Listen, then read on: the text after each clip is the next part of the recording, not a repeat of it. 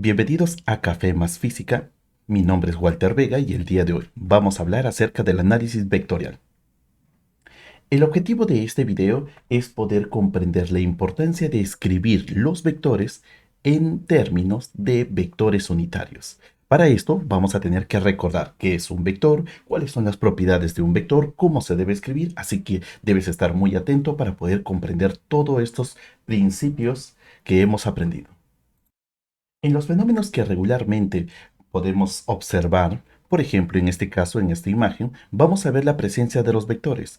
En este caso tengo una lancha que está jalando una cuerda y esta cuerda está conectado con un parapente. Entonces diremos de que aquí hay un vector fuerza que está generando este tipo de fenómenos. Entonces, ¿qué es un vector? Una definición de vector es la siguiente. Es un segmento de recta que tiene tres características: módulo, dirección y sentido. Ahora, veamos.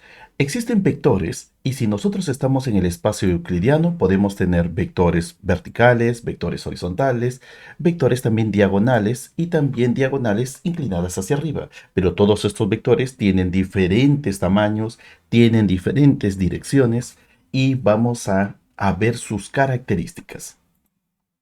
Primero, para poder describir a un vector necesitamos una línea que le vamos a llamar la recta soporte.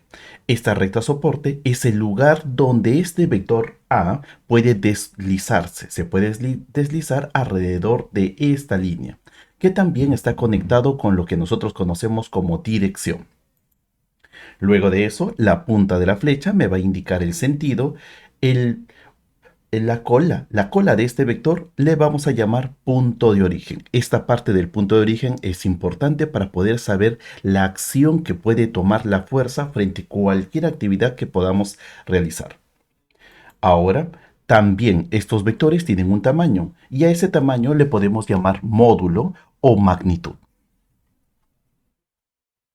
Y luego que ya has recordado esto, vamos a un poco del álgebra que debe cumplirse con los vectores. En cuanto a las operaciones con vectores, podemos tener la adición de vectores. Si yo tengo aquí un vector A, lo puedo adicionar un vector B y de forma geométrica puedo observar de que la suma de estos dos vectores, esa suma de esos dos vectores, me va a dar un vector resultante, que comienza en el origen del vector A y termina en la punta del vector B. Esto sería el vector resultante. Entonces, si me piden ¿cuánto es el vector resultante no es nada menos que la suma de dos vectores. Eso es en el caso de la adición. El otro caso es la multiplicación, pero la multiplicación de un escalar por un vector. Podemos también tener productos escalares, productos vectoriales, pero alto, alto. Si no sabes qué es un producto escalar y qué es un producto vectorial, ignóralo. No lo vamos a utilizar ahora, pero también puede ser parte de todo este estudio.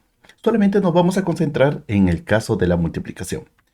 Entonces, comencemos. Si tengo un vector de esta manera, un vector de forma gráfica, y ahora quiero tener una resultante, pero que sea dos veces este vector A. Entonces, de forma gráfica, eso lo puedo entender así. Agarro el vector a este vector A, y le sumo otro vector A.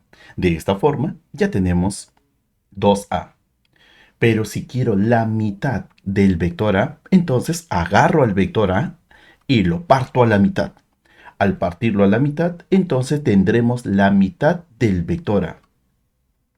¿Y qué pasaría si ya no lo voy a multiplicar por un número entero, fracción, ahora por números negativos? Entonces, por números negativos tendríamos al vector A, pero esta vez el sentido del vector A ya no apunta hacia arriba como se muestra aquí, sino ahora va a apuntar hacia abajo. Esto sería la resultante de menos 1 veces A. Y con eso ya hemos hablado de la adición y de la multiplicación. Pero como hasta el momento hemos hablado solamente de vectores de forma gráfica, ahora queremos escribirlo. Y para escribirlo, una de las primeras ideas para poder escribir vectores es nuestro personaje clave, Descartes. 1637. Él plantea de que el espacio está relacionado con una gradilla, así como esto. un montón de rayas horizontales, rayas verticales y tenemos aquí una cuadrícula. Esta cuadrícula va a ser la representación imaginaria de nuestro espacio. Entonces, para poder clasificar al espacio, vamos a decir así. Descartes menciona esto. Trazamos una línea horizontal que le vamos a llamar X. Trazamos una línea vertical que le llamamos Y. Estos van a representar los ejes, pero entre estos dos ejes debe haber un ángulo de 90 grados. Además de eso, en el punto donde se va a cortar, que es una de las propiedades para poder hablar del espacio de Descartes, dice de que en este punto le vamos a llamar el 0,0. 0 para X y 0 para Y. Entonces, en el espacio que tenemos en esta cuadrícula, cualquier punto se puede escribir en términos de dos coordenadas, las coordenadas X y las coordenadas Y. Y ahora veamos qué sucede para el punto rojo como también para el punto verde. Entonces decimos lo siguiente. Todo punto se debe escribir como un par. X, posición en X, coma, posición en Y. Así que para el punto rojo yo debo trazar una línea paralela al eje Y para el punto verde también una línea paralela al eje Y. Y al momento de trazar esta línea paralela al eje Y, vamos a ver de que aquí se va a cortar. Esa línea roja corta con el X en este punto y la línea verde corta con el eje X en este punto. Esos puntos son muy importantes porque lo vamos a necesitar para poder escribir ese par ordenado. Y si queremos saber en qué posición se encuentra en el eje Y, debemos trazar líneas paralelas al eje X, tanto para el punto verde como también para el punto rojo. Y de esta manera vamos a tener el primer par. Para el punto rojo tendríamos X1 con Y1. Para el punto verde, X2 con Y2. Y si vamos a contar, si consideramos de que esta cuadrícula tiene espacios del mismo tamaño y tiene una unidad, cada cuadrícula tiene una unidad de espacio, entonces el X1 sería 3 y el Y1 sería 4. Así que el par ordenado sería 3,4. Y para el punto verde sería, contamos los espacios 1, 2, 3, 4, 5, 6, 7, sería 7,2. Y de esta manera ya tenemos los pares ordenados en el espacio de Descartes. Pero, ¿y si yo quiero encontrar la distancia entre dos puntos? ¿Cómo lo podemos encontrar? Entonces, un poco más de estudio y esto sería la fórmula para poder encontrar esa distancia entre esos dos puntos. Bueno, si ya lo has recordado hasta aquí y has podido comprender cómo encontrar puntos en el espacio de Descartes, ahora vamos a ir un paso más adelante. Ya no vamos a utilizar puntos, sino ahora vamos a entrar al espacio de los vectores. Y para esto, nuestro personaje H. Grossman, 1809-1877, él va a plantear una idea. Va a tomar el espacio de Descartes y en ese espacio de Descartes él va a decir lo siguiente. Ahora ya no solamente voy a colocar puntos, sino que cada punto va a representar un vector. Esto es la idea de Grossman. Entonces, mencionamos aquí, si yo tengo un punto rojo, sabemos de que en el espacio de Descartes este punto rojo tiene un par. Vamos a llamarle A de X, A de Y. Entonces, pero este punto en este espacio de Grossman va a representar un vector. Cada punto de esta cuadrícula, si fuera por aquí, por aquí, por aquí, por aquí, cualquier punto representa un vector, pero ese vector debe formarse entre 0,0 y ese punto que tenemos. Así que nosotros diremos lo siguiente. Según Grossman, dice así, puedes escribir a los vectores en este espacio euclidiano, lo puedes escribir utilizando un par. La componente en X, la componente en Y. Y ahora, con eso podríamos indicar lo siguiente. Para poder saber cuánto es la componente en X, solamente tenemos que ver cuánto avanzó, cuántos espacios avanzamos en la parte de X. 1, 2, 3, 4, 5, 6, 7. Y en la parte vertical tenemos que contar también aquí 1, 2, 3, 4, 5. Entonces, luego de haber contado los espacios, podemos saber que ahora el vector A, tiene esa forma. Ahora, y si tuviéramos un vector que ya no comience en el 0,0, sino está aquí flotando en ese espacio, entonces, para poder escribir a este vector, podríamos hacer lo siguiente. Dibujamos aquí, esta es una técnica bastante rápida, bastante simple. Dibujamos aquí un triángulo rectángulo y contamos los espacios. 1, 2, 3, 4, 5. 5 en la parte horizontal. En la parte vertical, 1, 2, 3. Entonces decimos, hemos comenzado desde el origen de este vector y nos hemos ido hacia la derecha. Y luego subimos 3 hacia arriba. Entonces, el vector A lo vamos a escribir así. Cuando vamos hacia la derecha sería 5 y hacia arriba sería 3. Esto sería una forma de escribir a este vector. Esto es una forma práctica, pero no es la rigurosidad matemática que debemos tener según Grossman. Para Grossman dice así, si tú quieres encontrar la escritura de este vector, entonces haz de esta manera. Primero encuentra los puntos. El punto de la cola, 2,2. El punto de la cabeza, 7,5. Entonces, si restas estas coordenadas, bueno, esto de aquí, las coordenadas de la cabeza de la flecha, y le restas con la cola, entonces tendrás la forma de escribir al vector A. De esta manera. Tengo aquí el vector A y esto es 7,5, que es la punta, la coordenada de la punta. Le restas la coordenada de la cola y ahora restas 7 menos 2, la parte roja, y luego restas 5 menos 2. Y tendrás que el vector A se escribe de esta forma, 5,3. Y así, esta es la forma estricta de escribir al vector A. La primera parte solamente fue una técnica bastante rápida para que ustedes puedan eh, deducir cómo se escribe este vector. Y ahora, si tuviéramos un vector ya no en esa dirección, sino hacia la izquierda, apuntando hacia la izquierda, entonces la técnica más simple es esta. Agarra y dibuja un triángulo, una línea horizontal, una línea vertical y cuenta los espacios. Desde la cola, 1, 2, 3, 4, 5 hacia la izquierda y luego 3 hacia arriba. Si la flecha se dirige hacia la izquierda, si la flecha en mis conteos están especificando hacia la izquierda, entonces considera de que el número que debes considerar aquí debe ser negativo. Ya, esta es una forma práctica. Coma, como no va hacia arriba, sería 3, positivo. Ahora, ¿cómo lo demostramos? De forma estricta, primero las coordenadas. La punta tendría una coordenada de 3,5 y la cola de 8,2. Entonces, como ya te había mencionado en el caso anterior, solamente restamos la coordenada de la punta menos la coordenada de la cola. Y al restarlo, vas a obtener lo mismo de que esta forma práctica.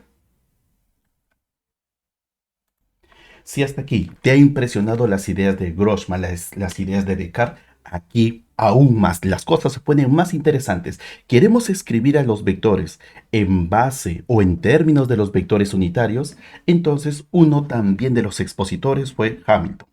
1843, y él plantea la existencia de vectores unitarios. ¿Qué es un vector unitario? Es una pequeña flecha que en este espacio de la cuadrícula, es la mínima expresión. Es decir, esto de aquí le vamos a llamar un vector unitario y. Pero, a diferencia de cualquier otro vector, se le va a llamar unitario porque el tamaño de esta flecha en este espacio va a ser una unidad. Así que el vector horizontal le llamamos y. Pero también podemos tener un vector vertical y en ese vector vertical le vamos a simbolizar con J. Entonces, desde ahora vamos a poder escribir a los vectores ya no como coordenadas 3,5, 6,4, sino ahora vamos a utilizar estos de aquí, vector I y vector J. Pero no te olvides que le llamamos unitario porque el módulo vale 1. Y comenzamos con este primer ejemplo. Tenemos aquí un vector en este espacio euclidiano. Entonces, agarramos y decimos, queremos escribir al vector A. Entonces, primero dibujamos aquí un triángulo. Voy a dibujar un triángulo para poder saber cuántos espacios horizontales y cuántos espacios verticales tenemos. Así que si hacemos un conteo, diremos lo siguiente. En la parte horizontal, el A de X, que es la componente horizontal, llegaría hasta aquí y la componente vertical subiría todo esto hasta este lugar. Entonces, nuestro vector lo vamos a poder escribir así. Se le llama forma canónica. El vector A se escribirá así, como A de X Y aquí el vector unitario y lo colocamos al costado para indicar de que son valores horizontales. El vector y nos va a indicar que todo esto es horizontal. Pero para la parte vertical también podemos colocarlo. Para diferenciarlo de la parte horizontal, le colocamos el vector unitario j. Y de esta manera vamos a escribir a los vectores. Tenemos que saber cuánto es la componente horizontal, cuánto es la componente vertical, y para poderlo separar solamente empleamos los vectores unitarios. Y en este ejemplo que tenemos, contamos la parte horizontal. 1, 2, 3, 4, 5, 6. Hasta aquí tendríamos 7. 7 en la parte horizontal. Y en la parte vertical tendríamos 5. Así que las coordenadas de este vector A sería 7,5. Esto es lo que hemos escrito. Ya sabemos esto. Pero de esta forma lo vamos a pasar a la forma de vectores unitarios. Así que el número 7 lo colocamos aquí y al costado el vector unitario indicando que es horizontal. El número 5 lo colocamos aquí, pero al costado lo colocamos el vector unitario j para indicar de que es la componente vertical. Y de esta manera hemos escrito ya al vector A. Y ahora, para poder desafiar tus conocimientos, si me has entendido hasta aquí, entonces prueba esto para el video y escribe el vector B. Y ahora, este otro problema. Luego de haber desarrollado tanto el problema anterior como ahora, envíame tu solución a través del comentario e indícame cuánto sería la escritura de estos dos vectores.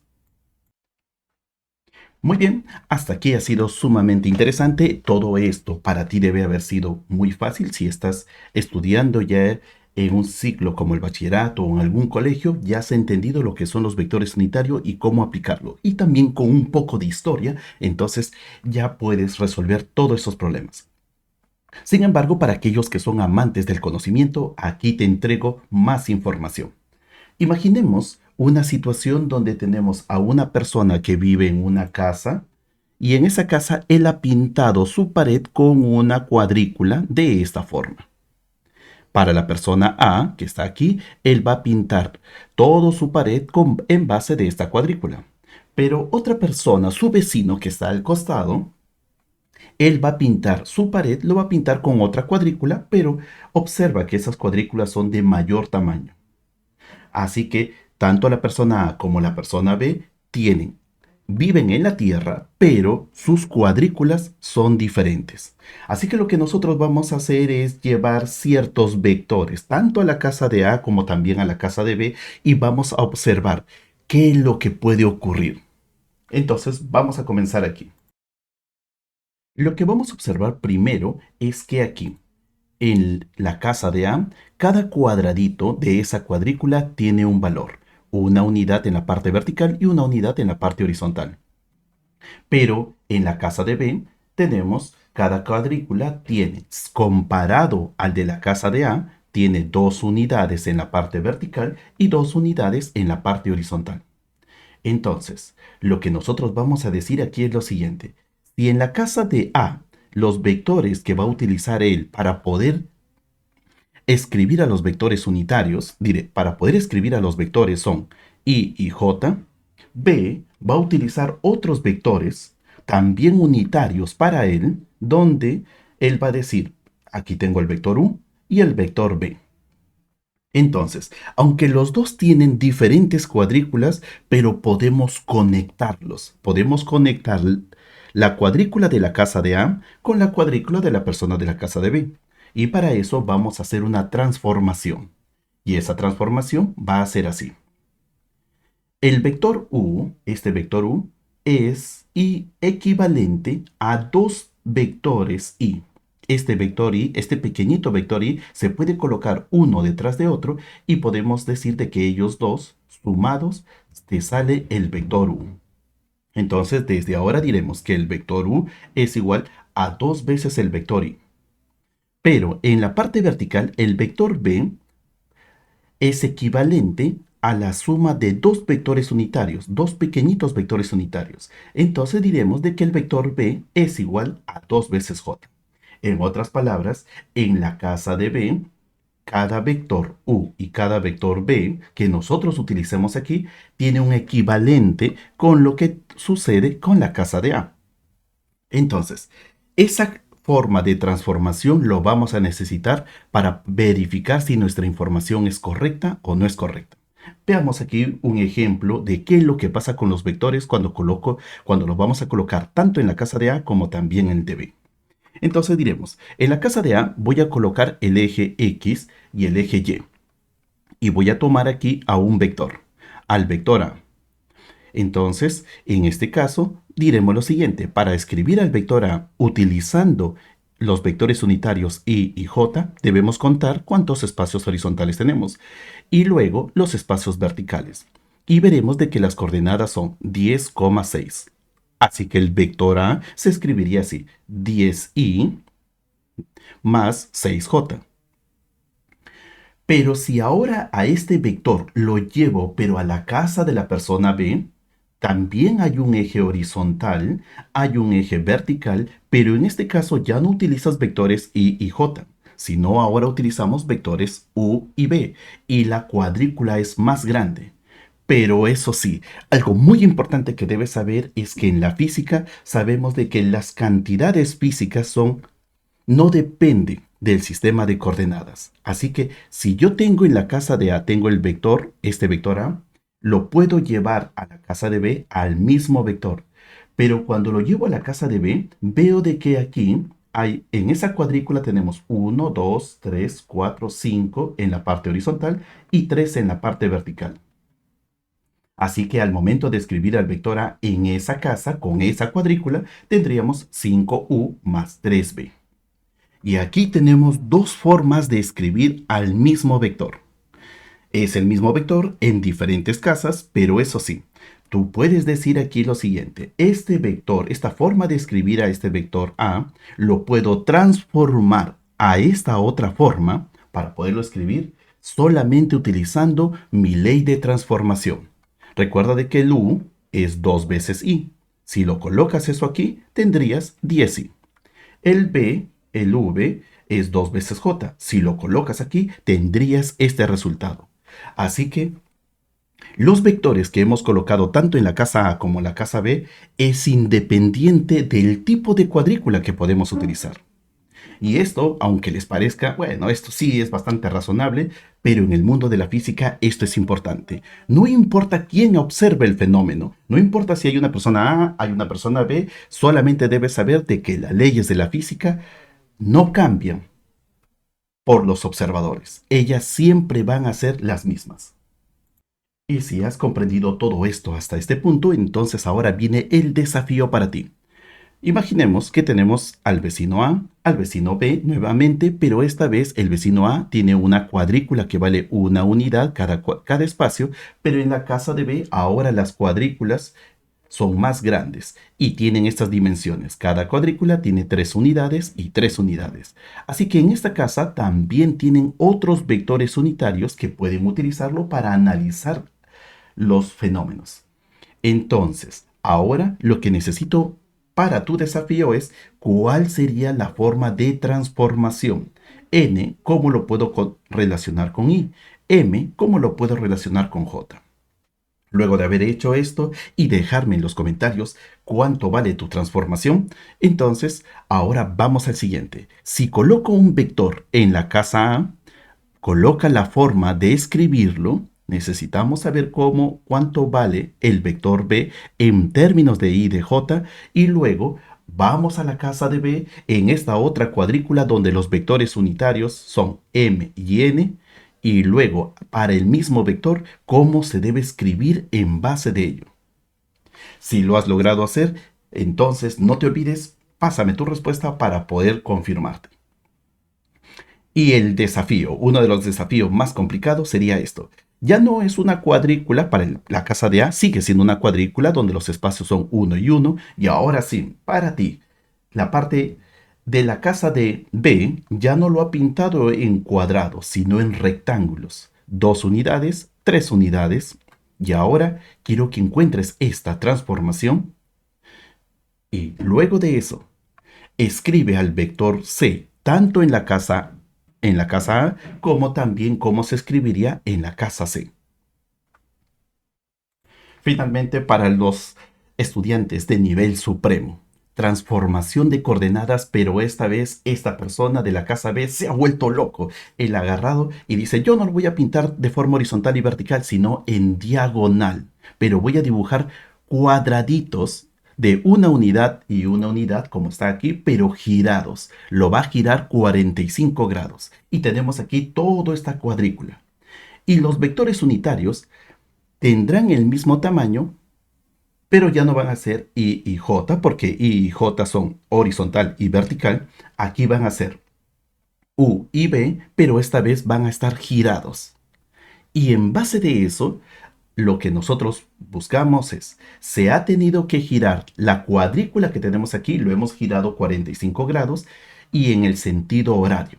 Ahora sí, si hasta aquí ya tu cerebro está explotando, entonces para el video y solamente haz todo lo demás. Pero si ya quieres entrar en este nivel supremo, entonces vamos a ver aquí. ¿Qué pasaría si yo agarro el eje X y el eje Y y coloco un vector C? Ya sabes que escribir este vector C depende mucho de estas dos coordenadas, de X y de Y. Así que tú puedes agarrar y encontrar aquí que el vector C vale 11,4. Así que lo debo escribir de esta manera. Vector C es igual a 11i más 4j. Pero como te había dicho en los casos anteriores, este mismo vector al momento de llevar a la casa de B, ese mismo vector se encontrará así. Pero la persona que se encuentra en la casa de B tiene que escribir a este vector, pero ahora utilizando esta cuadrícula que se ha girado. ¿Cuánto vale esto de aquí? Entonces, para poder encontrar esas nuevas coordenadas, debemos utilizar una transformación, donde X y Y son los valores de la casa de A en este lugar, y teta es el ángulo que se ha girado. Si reemplazas toda esta información, y te sugiero que lo verifiques, si lo reemplazas, vas a obtener que C se va a escribir en esta casa con la cuadrícula girada como 5U más 10,6B. De esta forma, podemos indicar aquí lo siguiente. Para finalizar, si sueltas una piedra en la casa A como en la casa B, si sueltas una piedra aquí en la casa A como en la casa B, el tiempo de caída, la velocidad, la altura pueden ser escritos de diferentes maneras, pero al momento de transformarlos de uno al otro, vamos a obtener el mismo fenómeno. Esto es lo impresionante. Los fenómenos físicos, en conclusión, los fenómenos físicos no dependen de las coordenadas. No depende de las cuadrículas que vamos a utilizar. Y con esto, que tengas un buen día. Espero que lo hayas disfrutado. No te olvides de mandarme tus comentarios. Chao, chao.